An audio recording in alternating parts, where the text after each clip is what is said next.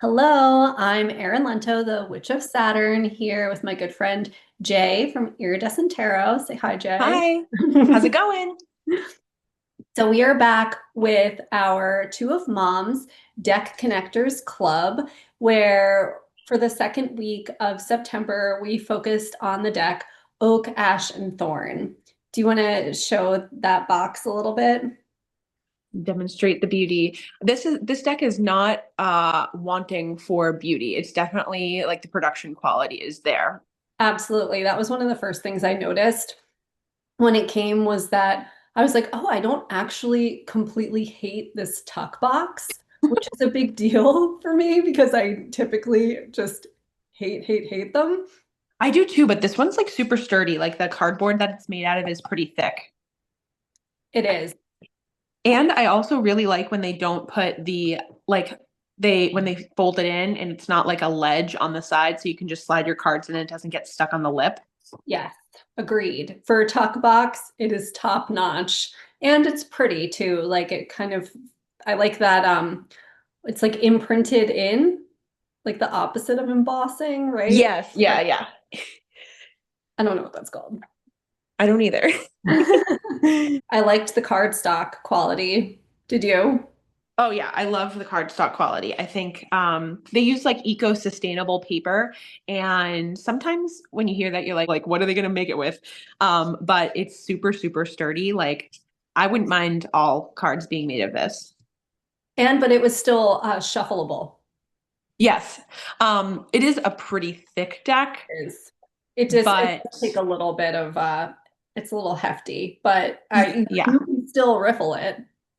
you can still riffle it, but like I wouldn't mind maybe it being just a tad bit thinner, but like you can feel like whatever material it's made out of is nice. Hmm. And it has that like swishy sound. Yeah, you like that swishy sound. I do. So I was very excited to work with this deck because I had been eyeing it for a really long time. Excuse me, I'm getting over preschool plague. So yeah, kids are back to school. So, I'd been eyeing this deck for a long time. I decided to finally purchase it before the tariff situation came and screwed everything up. And I was immediately very drawn to the artwork. And when it came and I looked through it, I was just really blown away by the quality of the artwork. I think it's just such a beautiful deck. And I had really high hopes for it. And I think that is part of why, like, I just loved it so much. It reminded me of something from my childhood. Like a storybook. Yes, but like a little bit on the darker side, which I really like that, you know, dark, witchy kind of aesthetic and very Yep. fall. So I was super into this deck. And I had a really interesting experience with it.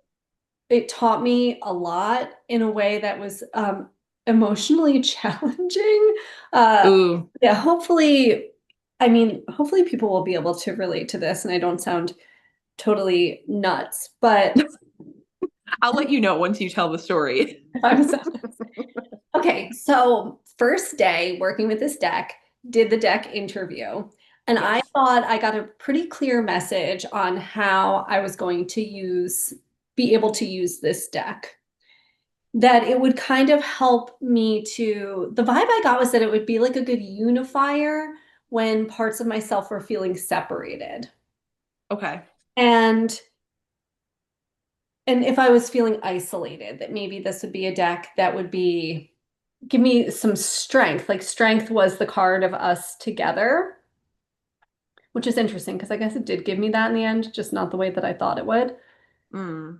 And then my second day, I used a spread from the Library of Questions, which was called Changing Faces. That's on page 138, Changing Faces. And it's a spread for times when something's different about you. And I chose that based off of the vibes that I got from the interview. And I did really like this spread. I liked how it flowed and the imagery that I got. And it wasn't until day 3 that I was like, wait, what the fuck is going on with this deck? And I don't know if it was because it was the Oracle day and I chose to pair it with Reclaim, which I think was just, not the right choice. But Mm, I thought I was going this direction of like isolated parts of myself, and Reclaim is kind of the deck that I go to for that, that's perfect for that. Yeah. right? And so I was kind of excited to see what would come up with this. So in this day 3 reading, I had Nine of Pentacles, Five of Cups, and Seven of Cups come up. And it was through this where like I just couldn't get a good read on what this spread was trying to communicate to me. It was really frustrating. I had to rely on I had to kind of go into the backlog of my mind of my RWS catalog of card definitions and pull from that rather than being able to read what the deck had to say. Does that make sense? That 100% makes sense because that's exactly how I felt this week too. Okay.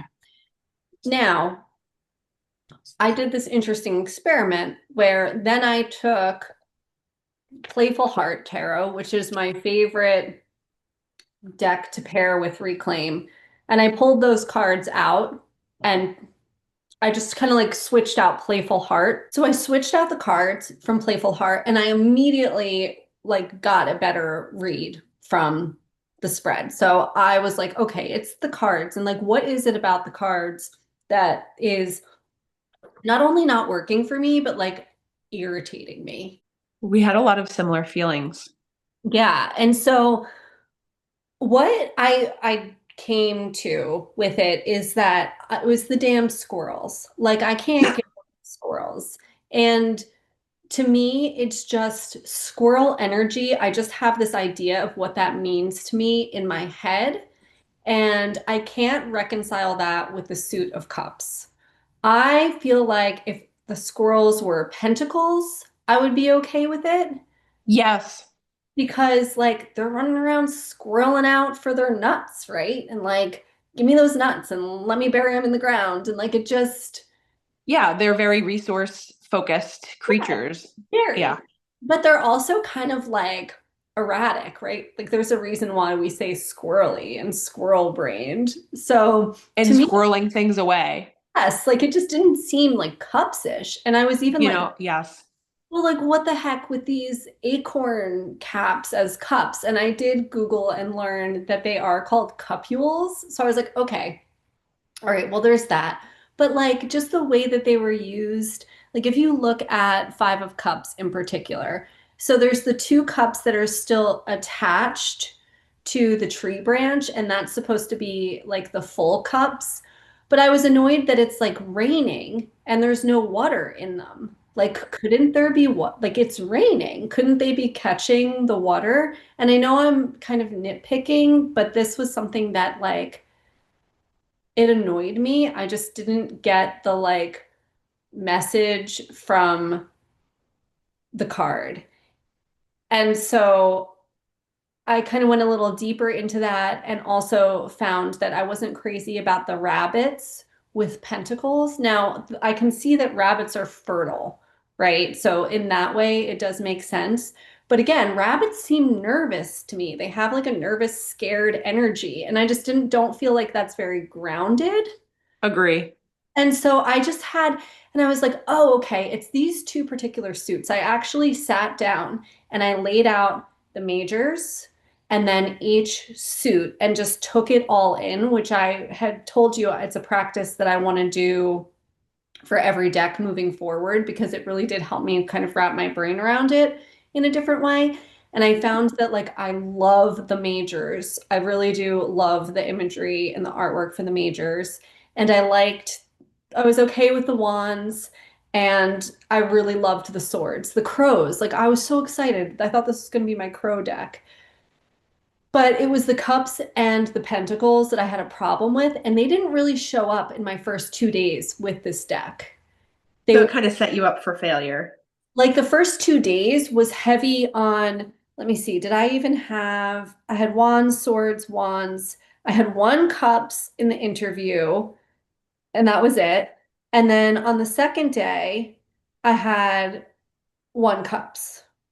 So it was like they were in there, but like in a very minor way, that it wasn't until the whole spread was cups and pentacles that I was like, "Er," like scratch, right? Yeah. Yep.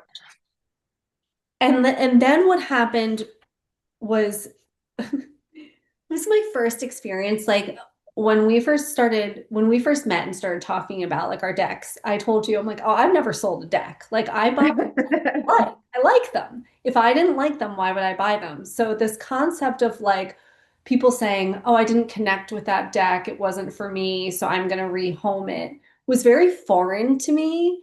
And I think that came from my, past as a reader was very focused on like this is the deck that I use to read. And I have these other decks and I like them, but I wasn't really branching out from my kind of go-to deck. And that would change through different eras of my life. But I had kind of like 3 to 4 main decks that I would use. And it wasn't until maybe this past year that I started kind of deck collecting more. And part of us doing this Two of Moms deck connectors is like, what is the process that will help you to see if you connect with a deck or not? So it's kind of like be careful what you wish for because this Yeah. showed me exactly what I was like hoping the process would, but it was emotionally difficult for me because I was like, but I really like this deck. Like I really wanted it to work.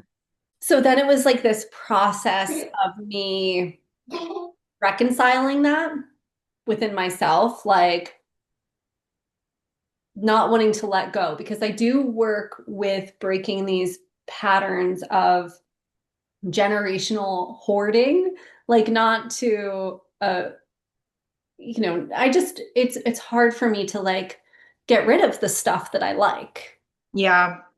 And so done a lot of work around that, around like letting go of the things that no longer serve me. And if it's not, doesn't have a use or a place in my home, like let someone else have it, right? Like it Yep. serves someone else. And it was really interesting because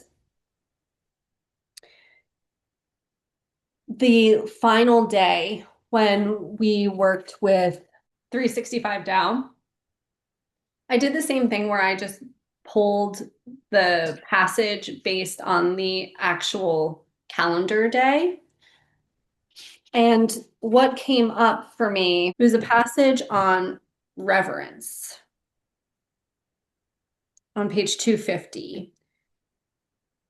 And this particular passage just really spoke to me about like what the connection to the deck is supposed to be. It's supposed to be reverent, right? This reverence that comes from our relationship with the deck and what it's communicating from spirit, or however you think about like how tarot moves through and communicates, right? And I just realized that in that moment that like I just didn't have that with this deck, and that there's probably someone else who will, because it is such a beautiful deck, and that I should just let it go. And Yeah. I did. So after I read that, which I swear this book seems like an oracle in and of itself to me, like it's always kind of spot on for what I need in that moment. And That's why I like it so much. I really like it. And then the spread that I pulled that day, the last day, was what does it look like if I keep this deck, and what does it look like if I let go of this deck? I just kind of did like Mm. a predictive spread to see what I should do. And so it was kind of clear that it was time for me to let it go, and it's gone. It's already gone. It's already gone. It's the first deck that I've sold, and it is on its way to its new home. And I hope that she has a really good connection with this deck, because I do think that it has so much potential. It just, I couldn't get over those two suits. It's mind-boggling to me that we went into this week with me being on the fence about it and you being like super gung ho on it because you had just recently bought it. Like this was a new purchase for you. And then, spoiler alert, at the end of this week, we both are deciding to let this deck go. Yeah, so what was your experience with it like? So I had the Sun, the Hierophant, the Empress, Ace of Cups, and Page of Cups. I have the sun in mine too, I think. In one of my Yeah, I keep getting the Sun pretty much in like every reading that I've Yeah, been it's doing it's your lately. stalker card It's my stalker card right now, and I'm very much enjoying it. for sure. So I went into this week very tepid on the deck. Same as you, like when I purchased it, I loved it. Like I wouldn't have bought it if there weren't things that I connected with it about. And I thought that the illustration style, again, very storybook, very like throwback Six of Cups. The watercolor, like actual coloring isn't within my normal wheelhouse. It's like the darker aesthetic that you resonate more with, but I still found it beautiful, and I thought that it could be like a very fulfilling fall deck. That being said, like I never felt myself like super excited to pull it off the shelf to use it. And I was confused because this is like a cult classic in the tarot tube community. Like pretty much everyone knows about or loves this deck. And I haven't seen many people saying like, oh, it didn't work for me. And so I went into this week knowing that this was a potential for the chopping block. And I felt really bad when I pulled this introduction, like interview spread, and the deck was basically like I'm strong. I'm it almost reminds me of the shape of the hummingbird from what we talked about last week. Like, I'm here to show you the light in the darkness, and I'm here for you. And my weakness is, um, like maybe I'm not the most warmest deck, but I'm going to be a strong presence for you. And I'm here, I'm open, I have opportunity that I'm offering to you. And I see you as like also open and curious and willing to explore your emotions. And together we can like really dig deep into wisdom. And like I got more of like a structure vibe from this deck where we're going to be looking at belief systems, and less like individual emotions and things like that. And so this opening spread made me want to keep the deck. I was like, oh, like maybe I just have a wrong read on it and I need to put a little bit more effort in. And that's the whole point of deck connectors. But that quickly petered out for me. Like when I did Library of Questions, um, I fear that I picked a spread that was just a little too big because I'm pretty much like a five card and under girl. Like sometimes I'll get into bigger spreads, and 6 cards like still feels pretty good. But I think for this deck, it was just too much. And then I repeated my mistake um after that. I'll get into that. But anyways, the What moon page hair spread. Go what ahead. what page is the moon hair? This is 70. So I picked this because of the hair energy. Like you have the rabbits in the deck. I think they're hares. I think the hair too. So I thought that this would be at least super aligned with the energy of the deck itself. And I just like, I felt kind of meh. Like the second card that I pulled was you're craving what can't you resist? What you just can't resist was the prompt for this. And like, I just looked at this card and looked at it and looked at it. And I'm like, I'm not getting anything. Like, what is this trying to tell me? I don't understand. And I felt that frustrated energy that you felt. Yeah, where it's just, and that's when you go back to like, okay, well, let me think about what I know about the Hanged Man. But when you look at that, you're like, okay, I'm waiting out the storm, Yeah. like a And that scared doesn't, mouse yeah. clinging to, like, it just doesn't, I don't know, it just doesn't come through for me. Like, And I so think I'm missing something with it. Yes. And so then I'm a big guidebook girly too. So I pull up the PDF, which, as a side note, I now know this about myself. I can't deal with PDF guidebooks. I need the physical book in front of me. It really bothers me to have to be on my phone in a reading. I feel like it pulls me out of that, like you said, reverent energy if I'm looking at my phone when I'm trying to read. Right.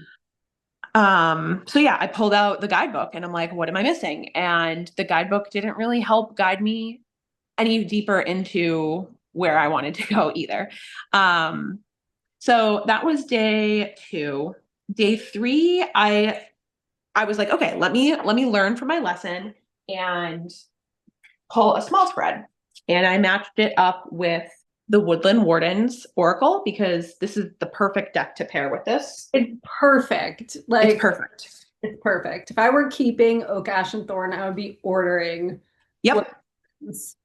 Yep. And because I'm getting rid of Oak, Ash, and Thorn, I'm going to get rid of Woodland Wardens too, because I don't really have much else that fits as perfectly with this deck as Woodland, as Oak, Ash, and Thorn. And I just feel like they're a married pair. And now I don't really have any interest in like continuing my relationship with this deck either. Um, so for this spread, basically, I just wanted to pull a Woodland Warden and see what the guidebook energy said to me. And it poses a question. And the questions were, what successes in my life can I celebrate? And I got death. And then, how can I carve my own path and live my truth? And I got 7 of Pentacles. And again, I pulled these and I was just like, question mark, quizzical look. Like, right? Yeah, and I understand that because that's how I felt on day 3 when I was just looking at it and I was Yep. literally like, wait, what? Like, Uh-huh. dang. Yep.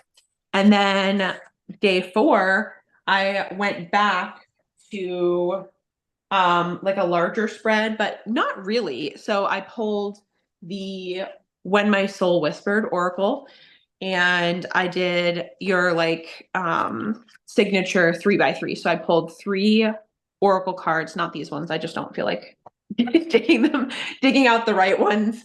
And then I pulled 3 tarot cards underneath it.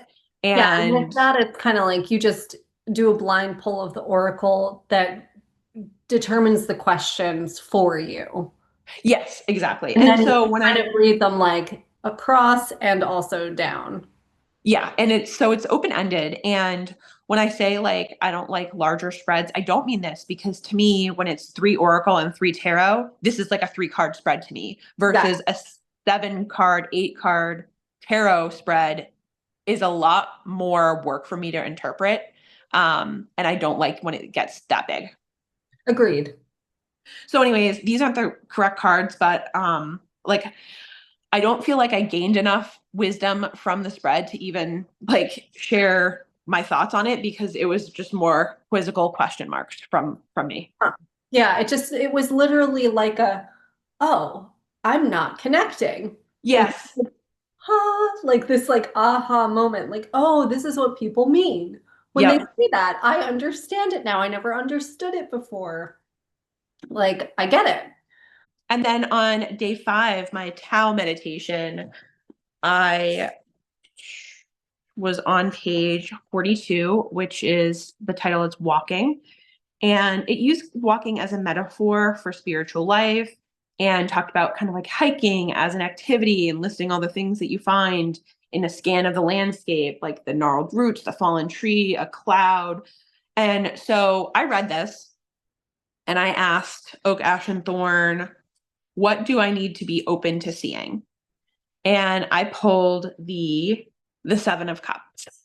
So There it is again. I don't, yeah, it's just like, okay, like this to me is very phoned in. Like, okay, what do I need to be open to seeing? I need to be open to seeing all the opportunities. Okay, like, cool. yeah, I get it. I do. Yeah. Just for fun, let's take the same card, Seven of Cups, from Playful Heart, since I already have that out. Yep. And you can see like we see this female figure standing with, she's got a bow in her hair, but it kind of looks like wings to me. and she's holding in her hand, um, I don't know exactly what she's got. Are there her sunglasses, her glasses, and maybe like a bucket or something like that? And then in front of her are these seven flower pots. And like I get so much from this about like, well, what is it that you want to grow? What do you want to put your attention and energy into? Because you have all of these choices in front of you, and they're just there waiting for you to kind of pick your path. Different streams almost, Yes, different streams of what consciousness you could jump or into. thought. Mhm. Yes, that you can, and I just don't see that in with a squirrel. So I think what it is, now that we're talking about it more, is that if I'm going to have an animal themed deck, I think I want to have animals doing animal things. Mm. So like where you have the squirrel and they have the cups with a pearl and the cups with flowers and the cups with fire and the like I think I'd rather have 7 of cups of too many decisions, not sure what to do for a squirrel energy to be a squirrel standing in the road with a car coming at it and not knowing if it should run into the street, into the forest, into a stream. Like that's a real life squirrel scenario. Like we need to see squirrel problems. Yeah. Yeah.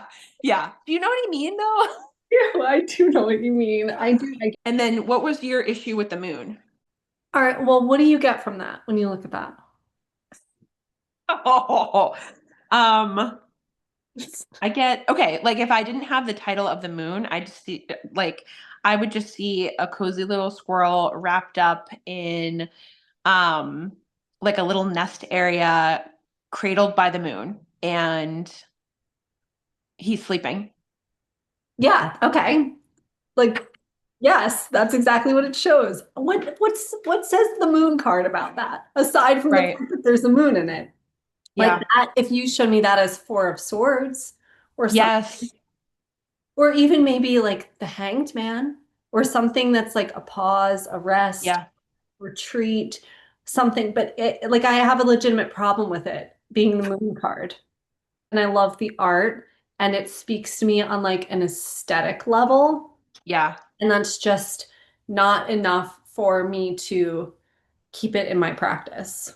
Even if they had put a watercolor wash of darker color across the top of this so that it's not as bright Earth, and visible, so that it has that murky, questionable energy, it would give you something else to go off of. But it's like bright and clear and you can tell what's happening. yeah, I mean, maybe those like vines growing around it, but even that is like feels like more like is it pulling it down? And I still don't get moon energy from that because in that like in the traditional imagery, there's the crayfish crawling out of the murky depths, right? Not being pulled back into it. So I don't know. I just don't get what I need to get from it. Like it was one of the cards that I was like, I got a problem with this card. Yeah, yeah. And like you said, it is beautiful, beautifully illustrated, beautifully done. But if ultimately you can't read with it, then it's not serving the function of what you purchased a tarot deck for. And there's only so many room in our houses, in our collections for decks that you keep for aesthetic purposes. And I think just ultimately for me, this isn't going to be one of them. And you know, I was talking to my friend Jamie about this process, and she was like, it's almost like you have to, she doesn't have this deck. She was just going based off of, you know, the pictures of the spreads that I was sending her through this process. And she was like, it almost is like reads better as an oracle. Like if you could take, just chop off the names and have it be like an oracle deck where you're just looking at the imagery, I think it could function well. Like I wish that they would make an oak, ash, and thorn oracle because I think I would really Mm. like that. Well, does what is it called? Heartwood, It doesn't look Thornwood? exactly, it doesn't have enough darkness in it for me. Okay. Like I like this because it's dark, because it's very like super autumnal and like the crows, and it feels like this to me feels like their witchiest deck, if you will. Mm. And yeah. Maybe because a lot of it's at night Yeah, too. it's like very black. I like that. Yeah, a lot of it's at night. Yeah, like look at how beautiful that is. Like look at my wallpaper behind me. Come on. I love this aesthetic so much. I love that we have that opposite aesthetic. Me too. I really do because there's so much crossover still with us Yeah, and what we make. we both came to the same conclusion, and this was ultimately very helpful for both of us. For sure. I think that I'm very grateful to this deck for the experience that it gave me. It was something that I had, whether I intended to or not, I had asked for. Like, I want to understand this. And it was like, okay, here you go. Now you can understand it. And it did really take me on a real emotional ride. I had to like wrestle with a lot of things within myself through the process. Really good. I almost feel like it could be a good beginner's deck in a way. Like it is Yeah, RWS enough. yeah, I think that it would be good for a beginner, but I don't know. It's But farewell, oh gosh, and Thorn. bye bye. Thank you. Thank you for your time. And may you go to a home where you really click with the reader. And goodbye, Woodland Wardens, as well. I didn't realize that was also like go. You could probably sell them together. I'm gonna list it as a lot and see how it goes. Yeah, for sure. Or if anyone is interested and wants to send me an email, go ahead. So let's talk about what's on the docket for next week. Oh, yes. Okay. So we have got dun, dun, dun, Marguerite. Yeah, I'm so excited about this. This has already taken me on a wild ride, which I posted about on my Instagram. It's Yeah, today was our day one. So we've already done our interviews. So we'll be working with this next week, and then our video about it is going to be a little bit delayed next week because we're filming on a different day. Do you want to talk about that? Very excitingly, Marlena Teresa expressed some interest in Deck Connectors Club. And when I was watching her video, she happened to pull Marguerite Peterson that she was going to be working with that deck in September. And so I kind of like half jokingly reached out and was like, hey, like we can do Three of Moms tarot. And she was like, heck yeah. So next week she'll be joining us. So we'll have Three of Moms tarot, and we're going to be talking about this deck together. Yeah, super exciting. We can't wait. Yeah. Have have you finished your deck mod?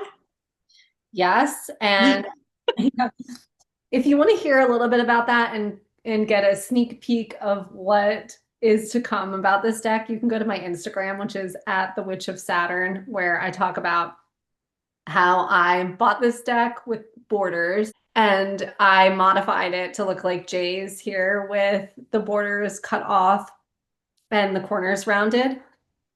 And yeah, it was an experience for me. Um, I really enjoyed reading your post about it on Instagram. So Thank yeah, you. I So would yeah, check it highly out. recommend the read. All right, so that's it for this week. We'll see you again next week. Our goal is to usually record Wednesdays and post Thursdays, but next week we're going to record on Friday, and I'll try to get the video out on Friday too. Okay, great. All right. Thank you. All right, talk to you later. Signing out.